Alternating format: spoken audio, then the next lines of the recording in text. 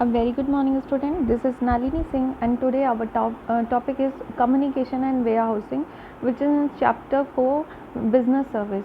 So let us start first with the communication. So means of communication. In present time, means of communication have become integral parts of human beings. Present time में business हो या फिर human being की necessities को ध्यान रखे हर एक चीज़ के लिए कम्युनिकेशन बहुत ही इम्पॉर्टेंट पार्ट है. So in the developments of means of communication has a important place. किसी भी डेवलपमेंट कंट्री डेवलपमेंट बिजनेस के लिए communication is a important place. So they take the commercial message on one place to another. हम क्या करते हैं, अपने message को एक प्लेस से दूसरे प्लेस पर पास आउट करते हैं with the help of means of communication, right. So the whole business world will come to a stop in absence of the various means of communication. जैसे post office, telegram, fax, telephone, mobile etcetera are the main means of communication. So जो ये post office, telegram, fax, television, these are the means of communication. Understand? Now we come to the meaning. So the literally meaning of communication is to convey message to any medium. किसी भी medium के माध्यम से हम क्या कर रहे हैं, अपने बात को दूसरे तक पहुंचा रहे हैं, अपने मैसेज को पहुंचा रहे हैं. सो कम्युनिकेशन में बात करें तो यहाँ पे मिनिमम 2 पर्सन होना ज़रूरी है, एक सुनने वाला, एक सुनाने वाला. सो 2 पर्सन आर रिक्वायर्ड, एक रिसीवर, एक sender. So one who send the message and another who receive the message.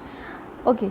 So the transfer of information, facts, suggestion, ideas, feeling between 2 or more than 2 person is in any organization, and to convey the message in a suitable manner so that the receiver of information accept the under in a way in which the sender want.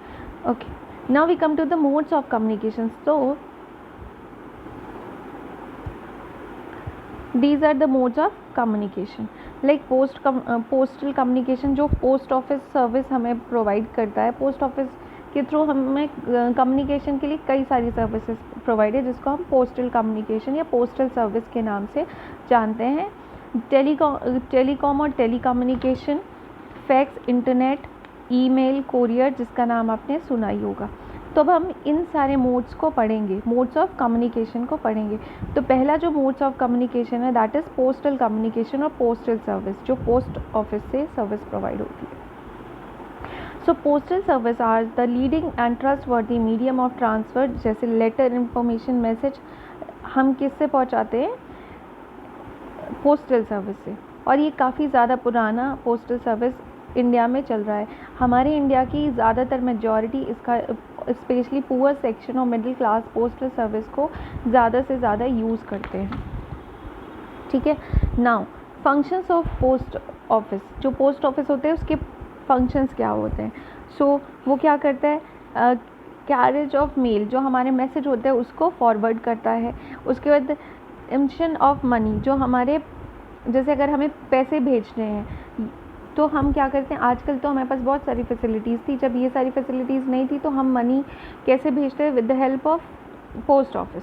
And banking and investment service, कोई important paper, message या कुछ भी भेजना है with the help, तो वो हम banking and investment services से रिलेटेड कुछ भी पोस्ट ऑफिस के थ्रू भेजते थे. Receiving deposit and saving account, issue postal life service policy, तो ये सारी चीज़ें पोस्ट ऑफिस के माध्यम से आती थी. Now the next is rapid communication. This is the quickest means of communication available at reasonable expenses. कम खर्च में हमें बहुत ही जल्दी रैपिड कम्युनिकेशन का एक सोर्स मिलता है. अदर सर्विसेज में बात करें तो beside the services renders by post office as carries to the mail, जैसे पार्सल, पैकेट, टेलीग्राफी, कम्युनिकेशन, ये सारी चीज़ें हमें पोस्ट ऑफिस के थ्रू मिलता है. ठीक है. अब हम बात करते हैं types of post office service. जो पोस्ट ऑफिस सर्विसेज होती है वो कितने टाइप की होती है. ठीक है. जो पोस्ट ऑफिस होती है वो क्या करते हैं, हमारा पार्सल पास करता है, letter, book, message, postcard, money, ये सारी सर्विसेज प्रोवाइड करती है. उसके बाद हम टाइप्स पढ़ते हैं. तो है पहला ऑर्डिनरी पोस्टल सर्विस. तो ऑर्डिनरी पोस्टल सर्विस में पोस्ट कार्ड पोस्ट किया जाता है, मतलब हमारा जो भी मैसेज है ये this is the cheapest way to mean of communication. Next है लेटर पोस्ट अगर हम करना है. दूसरा इनलैंड, मतलब कंट्री के अंदर किसी भी जगह पे करना है तो यहाँ पे आप ब्लू कलर के पेपर पे लिखकर स्टाम्प के साथ पोस्ट करते हो। बुक पोस्ट जैसे इनविटेशन, जर्नल, मैगज़ीन, ये सारी चीज़ें पोस्ट करने के लिए। सैम्पल पैकेट्स, किसी भी प्रोडक्ट या किसी भी चीज़ का सैम्पलिंग अगर हमें भेजनी है तो। ब्लाइंड लिटरेचर पैकेट्स भेजने हैं अगर कोई पार्सल भेजना है तो, ठीक है। तो ये सारी सर्विसेज किस में? ऑर्डिनरी पोस्टल सर्विस में। उसके बाद है registered postal service. So registered postal service की बात करें तो postal mails on parcel can not be send under registration so as the secure due transmission. अगर आपको सिक्योरिटी चाहिए, सिक्योर ट्रांसमिशन चाहिए तो आपको क्या एडिशनल रजिस्ट्रेशन फ़ीस देना पड़ता है, ठीक है। रजिस्ट्रेशन के लिए हमें एडिशनल चार्जेस देने पड़ते हैं। उसकी हमको रजिस्ट्रेशन किसी भी आर्टिकल के लिए रिसिप्ट मिलती है। And however it does not accept any liability for the losses and damage unless the article is insecure. To obtain the acknowledgement of delivery to article by the address by return post, a print form has to fill and suitable to post office by the sender.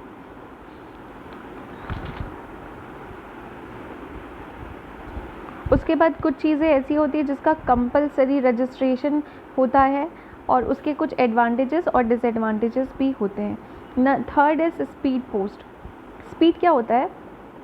Normal post से ज़्यादा speedly अगर हमें कोई बहुत जल्दी कहीं पे कुछ भेजना है तो वो स्पीड पोस्ट का यूज़ करते हैं, मतलब जिसके सर्विसेज चार्जेस थोड़े ज़्यादा होते हैं as comparison to ordinary post, पर हमारा टाइम से मतलब ऑर्डिनरी के कंपैरिजन पहले पहुंच जाता है। That is called speed post. Next है insured post. So registered postal article can be insured for started amount at the post office. अगर हमें कुछ आर्टिकल पोस्टल जो भी है वो रजिस्टर्ड है तो उसके लिए क्या करते हैं, हम इंश्योर्ड कराते हैं पोस्ट ऑफिस में ताकि किसी भी रिस्क डैमेज से हम बच सकें, जिसके लिए हम अपने पोस्ट को इंश्योर्ड कराते हैं। Types of insurance. उसके बाद हम बात करते हैं VPP.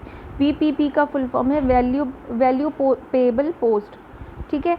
Recovery of the value of postal article from customer to provide for under the VPP arrangement with the post office. Post office के थ्रू आपको पोस्टल आर्टिकल कस्टमर तक प्रोवाइड कराने के लिए वीपीपी सर्विस प्रोवाइड की जाती है, which means value payable post. ये फुल फॉर्म कभी कभी आ जाता है तो इसको आप याद रखिएगा। These enables business firm to send article as well as is the value of the customer or delivery. तो बिजनेसमैन इसका यूज़ करते हैं। VPP means value payable post is commonly known as parcel. जैसे पार्सल आता है उसी तरह से VPP पोस्ट भी होता है।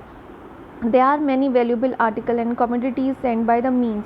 जिस कई सारी वैल्यूबल पोस्ट होती है उसको हम VPP के थ्रू पोस्ट करते हैं, जैसे कि drugs, books, stationery and other gifts में बी सेंड बाय VPP। और इसका जो प्रोसेस होता है वो COD मेथड से होता है।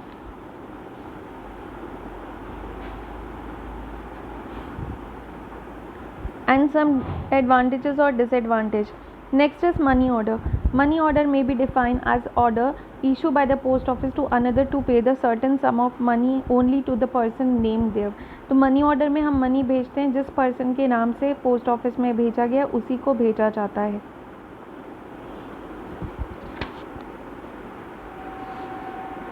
अब यहाँ पे मनी ऑर्डर दो तरह के होते हैं, एक इनलैंड जो इंडिया के अंदर होते हैं, एक foreign money order to send money outside the country. अगर हम मनी को किसी आउटसाइड कंट्री में भेज रहे हैं then it is called foreign money order.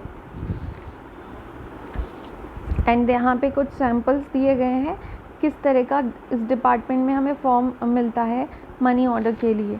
उसके बाद है postal order.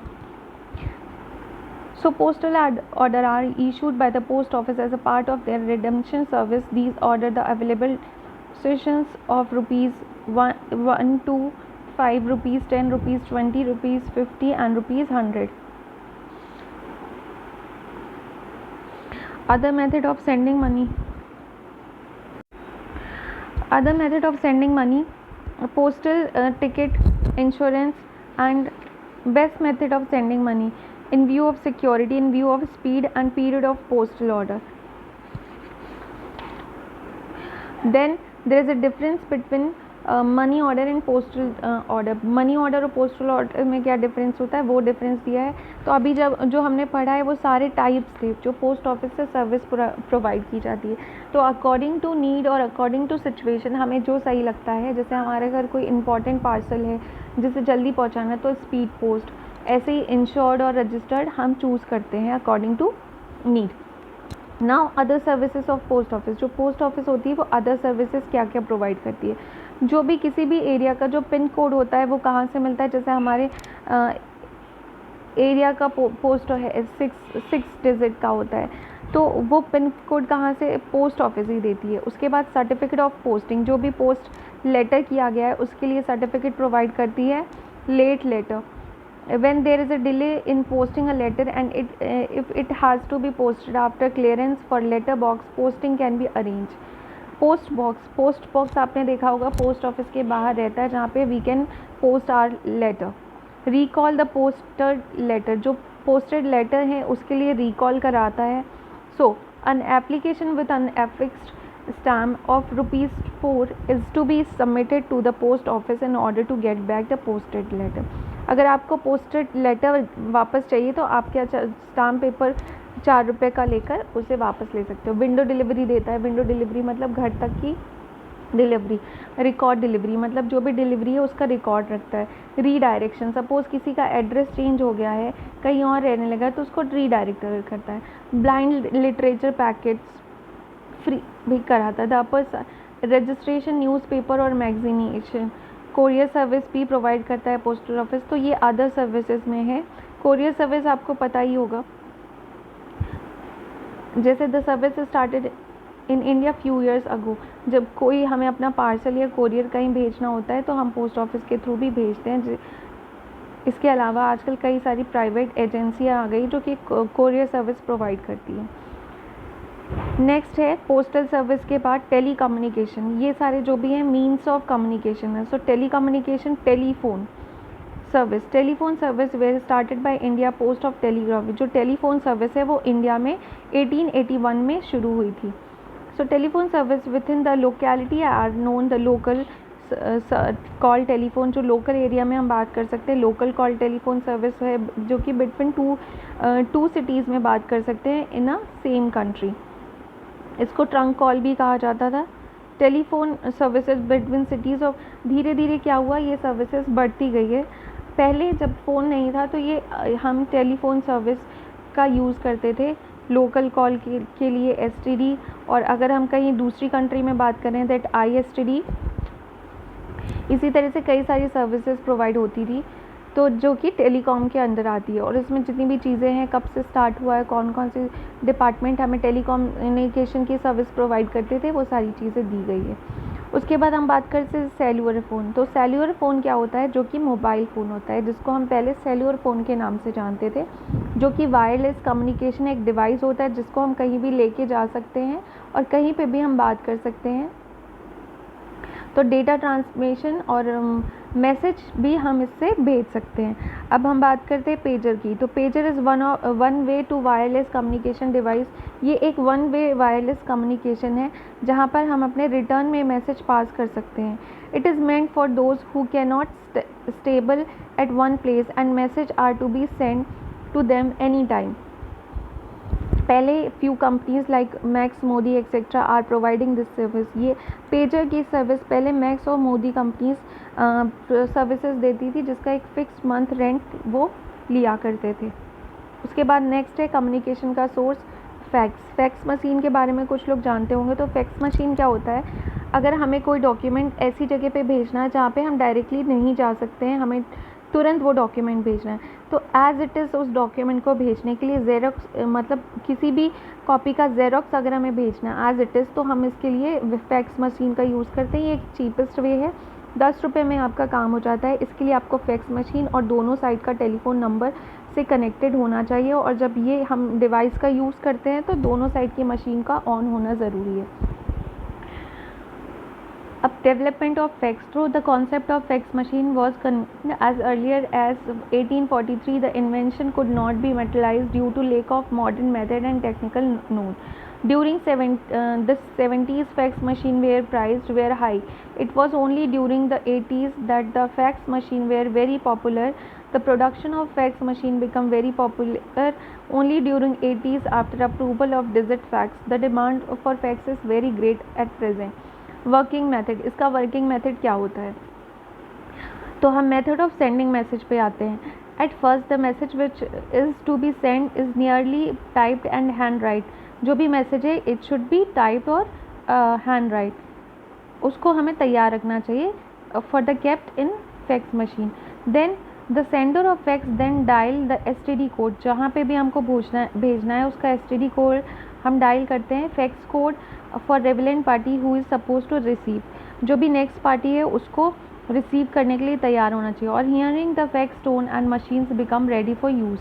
The document is then inserted into machine which is process the document mentioned earlier when start button is pressed. तो जब mention start करते हैं, insert करते हैं, उसके बाद start button press करते हैं. When the message is transmitted, कुछ ही सेकेंड्स में मैसेज जो ट्रांसमिटेड होता है और ग्रीन सिग्नल सिग्निफाइज करता है कि आपका काम कंप्लीट हो गया है और वो प्रोसेस होकर वहाँ पे पहुँच जाता है. उसके बाद हमारी मशीन स्टॉप हो जाती है. उसके बाद है यूजेस और इम्पोर्टेंस. तो ये हमारा टाइम, एनर्जी, मनी सब कुछ बचाता है क्योंकि हमें कहीं जाना नहीं पड़ता है. मैसेज जल्दी से भेज देता है और ये this is the fastest means of communication available today. ये काफ़ी ज़्यादा फास्टेस्ट कम्युनिकेशन है, मीन्स ऑफ कम्युनिकेशन है. इसके एक तरह से लीगल एविडेंस मिलता है क्योंकि अगर हमें किसी भी कोर्ट में लॉ या किसी भी केस या किसी भी डिस्प्यूट के लिए हमें लीगल एविडेंस चाहिए और हमें तुरंत भेजना है तो ये हेल्पफुल होता है. इट्स फिज़िकल एफर्ट्स को कम करता है, इसके लिए कोई ज़्यादा नॉलेज की ज़रूरत नहीं होती है. और जो मैसेज हम भेजते हैं वो ओरिजिनल फॉर्म में जाता है. चार्जेस की अगर हम बात करें तो 10 से 20 रुपये में ये हमारा काम हो जाता है. उसके बाद नेक्स्ट टॉपिक है इंटरनेट. इंटरनेट सबको पता होगा, इंटरनेट की यूजेस क्या क्या हैं ये भी आपको पता होगा. तो internet is a world wide network. ऐसा नेटवर्क है जो वर्ल्ड में हम किसी भी जगह की जानकारी ले सकते हैं. सो it is network from by connecting telephone line. ये जो नेटवर्क होता है हमें या तो फ़ोन चाहिए या टेलीफोन चाहिए अगर हम कंप्यूटर से यूज़ कर रहे हैं तो. It is a form web connected to each other. So it is the call inter network और इन शॉर्ट इंटरनेट. इंटरनेट को क्या इंटरनेट वर्क कहा जाता है. It is also known as WWW और वर्ल्ड वाइड वेब. इसको और किस नाम से जाना जाता है? WWW, that is consist of world wide web. Internet is a person can communicate to another subscribe of internet. In India internet services provided by. India में BSNL, ESSAR, Bharti telecom, MTNL, these are the company जो कि internet services provide करती हैं. ठीक है. तो world wide web पे हम अगर आते हैं तो it is architecture framework information technology which was completed and implemented in 1994. 1994 में ये काम फ्रेमवर्क हुआ था. It contains lakhs of electronic pages which are called as web of page. Now the modem हमें चाहिए, कम्युनिकेशन डिवाइस होना चाहिए connecting for the in the computer to telephone line. So information send and receive through the device. आपने देखा होगा अगर आप laptop या कंप्यूटर से अगर चला रहे हो तो हमें कनेक्शन की ज़रूरत होती है. तो एक मॉडम आता है, ठीक है, जिसके यूज़ से हम कनेक्टेड होते हैं. So modem is a short name of coordinate demonstrators. It is necessary to code the signal of computer or digital, whether the signal sent by telephone line or analog. Modern converts digital signal into analog signal and vice versa. There is a two types of modem. एक internal modem है, दूसरा है external modem. Internet के बाद हम बात करते हैं ईमेल की. तो ईमेल का भी नाम आपने सब लोगों ने सुना होगा. कुछ लोग ईमेल का यूज़ भी करते हैं. मतलब अगर हमें अपना मैसेज, डॉक्यूमेंट, फ़ोटो या कुछ भी भेजना है तो हम ईमेल की हेल्प करते हैं, जो कि बहुत ही ज़्यादा चीप वे है जिससे बहुत आसानी से हमारा काम हो जाता है. तो ईमेल की बात करेंगे. सो मेरे E stand for electronic and mail send for post. मतलब कोई भी इलेक्ट्रॉनिक हेल्प से हमें कोई पोस्ट करना है, मैसेज करना है तो हम इसका यूज़ करते हैं. In this way when information और messages send through electronic medium, जब हम कोई अपना मैसेज कंप्यूटर के थ्रू इलेक्ट्रॉनिक मीडियम से भेज रहे हैं, that is called email. In India, the first email service started in 11th Feb 1994. India में 1994 11th Feb में दिल्ली में ये सर्विसेज स्टार्ट हुई थी। अब हम बात करते हैं एडवांटेज ऑफ ईमेल। ईमेल का एडवांटेज क्या होता है, ये काफ़ी ज़्यादा इजी होता है। टेक्नोलॉजी इसकी जो टेक्नोलॉजी होती है काफ़ी ज़्यादा इजी, कन्वीनियंट और चीप होती है। इसमें ज़्यादा चार्जेस भी नहीं लगते हैं, hardly generally it takes ₹5। Then it is email one can send the message in any corner of world. हम वर्ल्ड के किसी भी कोने में अपना मैसेज भेज सकते हैं। इसमें नई कई सारी हम जानकारियाँ भेज सकते हैं। और through email the same message can be send on one और मोर। एक ही मैसेज हम एक बार में कई लोगों को भेज सकते हैं। In both subscribe terminal sitting on screen the detail information, these message can be shorted in the memory and computer. ये जो भी इसमें हम भेजते हैं ईमेल में, वो क्या है, कंप्यूटर या मेमोरी में रहती है। बट ईमेल का जब आप यूज़ करते हैं तो यहाँ पे सेंडर और रिसीवर होना चाहिए। जिससे भी हम भेज रहे हैं उसकी हमें ईमेल आईडी पता होना चाहिए, और आपकी भी एक पर्टिकुलर ईमेल आईडी होनी चाहिए, ठीक है, जिसके थ्रू हम उसी पे मेल भेज सकते हैं। तो ये था ईमेल। उसके बाद हम बात करते हैं warehousing and storage. So warehousing भी हम काफ़ी टाइम से पढ़ रहे हैं, वेयर हाउसिंग भी कई लोगों को मालूम होगा। So storage of goods has got a significant place in business world in essential for producer, manufacturer, distributor. Wholesaler, distribution, manufacturer के लिए क्या होता है, प्रोड्यूसर के लिए, इन सब के लिए अपना स्टॉक को बिजनेस में स्टोर करके रखना ज़रूरी होता है। Meaning of storage. Storage involves the making of proper arrangement of retaining the goods in perfect state till they are needed by the consumer or taken to be need to the market. तो storage क्या है, जो extra product है उसको हम store करके रख रहे हैं जब तक मार्केट में उसकी ज़रूरत नहीं पड़े, that is called storage. Means of warehouse. Warehouse क्या होता है, जिस प्लेस पे हम स्टोर करके रखें अपने सरप्लस गुड्स को, हम जहाँ पे जिस प्लेस पे स्टोर कर रहे हैं, that is called warehouse, ठीक है। तो वेयर हाउस क्या है, एक प्लेस है, और स्टोर क्या है, जो गुड्स एक्स्ट्रा है। ये डिफरेंस है स्टोरेज और वेयर हाउस में। अब necessities of storage of warehouses, मतलब हम जो नेसेसिटीज़ क्या होती है वेयर हाउस में स्टोरेज करने की, तो सीजनल प्रोडक्शन, कुछ प्रोडक्शन ऐसे होते हैं जो कि सीज़न में होते हैं बट पूरे साल बिकते हैं, उसके लिए हमको इसे स्टोर करना पड़ता है।